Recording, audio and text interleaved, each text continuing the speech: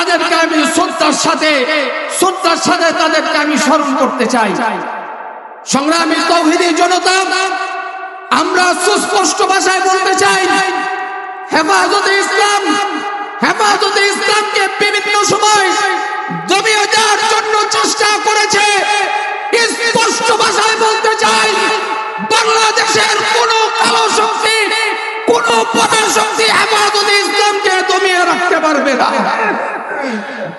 বাংলাদেশে যদি আবার কখনো স্বৈরা শাসক আমাদের ঘাড়ের উপর চেপে বসে বাংলাদেশের 2024-এর ছাত্ররা যে ইতিহাস দেখিয়েছে, এই ইতিহাস থেকে শিক্ষা গ্রহণ করা দরকার। বাংলাদেশে কোন স্বৈরা শাসক টিকে থাকতে পারবে না।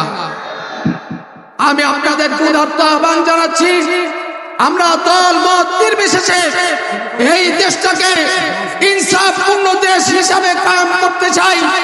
আজকে ছাত্র জনতা পুরা বাংলাদেশে কোথাও কোনো পুলিশ নেই, যেই পুলিশের ছত্র ছায়ায়, যেই পুলিশের বেশি শক্তিতে জনগণের উপর আক্রমণ চালিয়েছে, এই পুলিশ লীগকে এখন পার্টি চালান দিয়েও পাওয়া যায় না। এখন পুলিশ যে আমি এটা পরিচয় দিবার চাই না, লজ্জার সাথে বলতে হয়।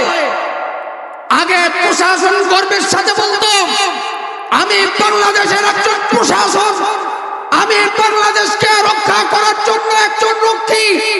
কিন্তু দুঃখের সাথে বলতে হয়, 2024-এর এই প্রশাসনকে এমন কলঙ্কিত করেছে, তারা এখন মানুষের সামনে তাদের পরিচয় দিতে দ্বিধাবোধ করে, তারা তাদের পরিচয় দিতে চায় না।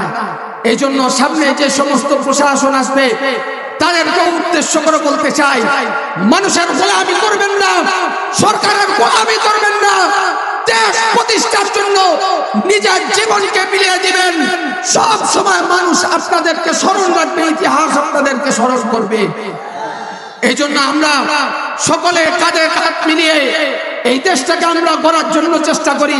যেভাবে ছাত্র ভাইয়েরা তাদের নিজের খেয়ে, তারা নিজেরা শ্রম দিয়ে সুন্দরভাবে ডিসিপ্লিনের সাথে কাজ করছে, এই ছেলেগুলাই যদি তারা সুশিক্ষায় শিক্ষিত হয়, এই ছাত্রগুলাই হয়তোবা দেশের কোন এসপি হবে, দেশের কোথাও প্রশাসনের দায়িত্ব পালন করবে, এরাই বা হয়তো কোনো কর্মকর্তা হবে।